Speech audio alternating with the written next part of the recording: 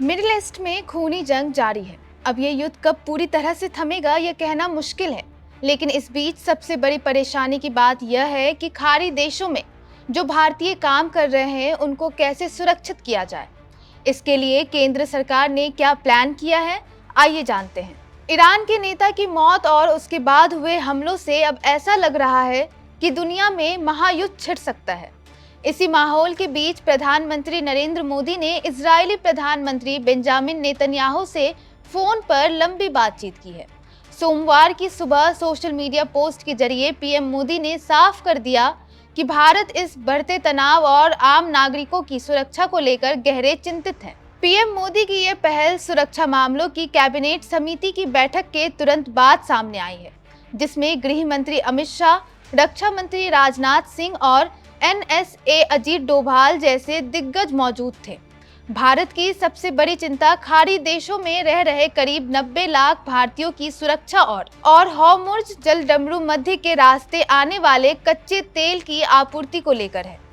अब सवाल ये उठता है कि क्या पीएम मोदी का यह दखल युद्ध की आग को ठंडा कर पाएगा या फिर आने वाले दिनों में भारतीय मिशनों को कोई बड़ा रेस्क्यू ऑपरेशन शुरू करना पड़ेगा। आइए इस खबर को अच्छे से डिटेल में समझते हैं। भारत के पीएम नरेंद्र मोदी ने पश्चिम एशिया में बढ़ते तनाव को लेकर बेंजामिन नेतन्याहू से फोन पर बात की है। बातचीत में उन्होंने हालात पर भारत की गहरी चिंता जताई है। उन्होंने कहा कि आम लोगों की सुरक्षा सबसे बड़ी प्राथमिकता होनी चाहिए। साथ ही उन्होंने पूरे मिडिल ईस्ट में जल्द से जल्द हिंसा रोकने की जरूरत पर जोर दिया है। ये बातचीत उस समय हुई जब अयातुल्लाह अली खामेनेई की मौत के बाद हालात और ज्यादा बिगड़ गए हैं।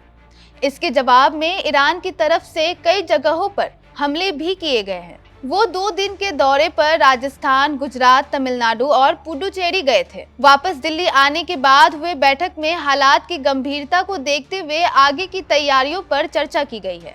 सरकार का मकसद है कि किसी भी आपात स्थिति में निपटने के लिए पहले से पूरी तैयारी रहे। बैठक में पश्चिम एशिया में रह रहे भारतीय नागरिकों की सुरक्षा पर खास ध्यान दिया गया है। जानकारी के मुताबिक ईरान में लगभग 10,000 भारतीय रहते हैं। इजराइल में 40,000 से अधिक भारतीय मौजूद हैं। वहीं पूरे पश्चिम एशिया और खाड़ी देशों में करीब 90 लाख भारतीय काम कर रहे हैं। हालात बिगड़ने पर उन्हें सुरक्षित निकालने की योजना पर भी विचार किया गया है। क्षेत्र के कई हिस्सों में हवाई सेवाएं प्रभावित हुई है। दुबई और दोहा जैसे बड़े केंद्रों पर कई भारतीय फंसे होने की खबर है। बैठक में हॉर्मुज़ जलडमरू मध्य के बंद होने के असर पर भी चर्चा हुई है। ये रास्ता भारत के तेल आयात के लिए बहुत जरूरी माना जाता है। विदेश मंत्रालय ने बताया कि क्षेत्र में मौजूद भारतीय दूतावास लगातार अपने नागरिकों के संपर्क में है और सहायता के लिए विशेष नंबर भी शुरू किए गए हैं। इससे पहले प्रधानमंत्री ने शेख मोहम्मद बिन जायद अल नहयान से भी बात की थी। उस बातचीत में उन्होंने संयुक्त अरब अमीरात पर हुए हमलों की निंदा की है। इस खबर पर फिलहाल इतना ही।